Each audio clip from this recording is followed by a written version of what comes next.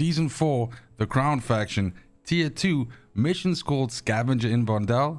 Here we go. First things first, do not be misled by the name for this mission. Scavenger in Vondel does not mean that it can only be done on the new Season 4 map Vondel, but rather this mission is accomplishable on any of the maps which are currently in the game right now. Nonetheless, the two objectives here, the first one being infill with a custom weapon, expects you to actually join a match with either an insured weapon with some attachments on or a contraband weapon with also some attachments on. As long as it's one of those two, you will have the first box ticked here and we can move on to the second part of this mission.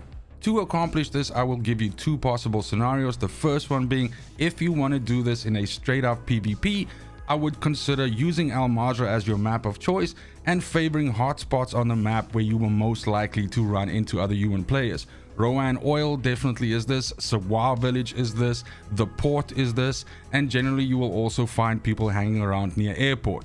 Any of these four areas will do. You can of course also hang out near, for instance, the radioactive zone for people that are coming to try and do the chemist, and therefore you can get into some PvP engagements, you can kill those players, and as soon as you are near the body of a down player, you can simply, or rather a dead player, you can simply drop this weapon next to the player, and that's going to give you the final credit for this mission.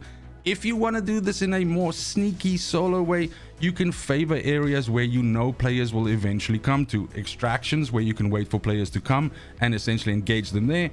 And I can also suggest supply drops which drop out of the sky. The footage that you're seeing in the background right now is me doing exactly this. I was actually doing a supply drop mission and I happened upon a player that was looting the supply drop and I got lucky with the kill.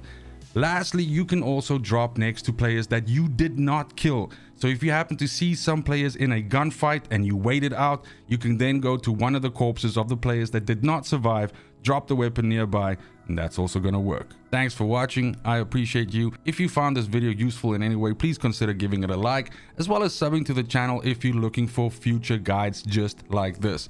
But as always, it's super important to me that you have a fantastic morning, afternoon, and evening wherever you are in the world. Till next video, fucking cheers.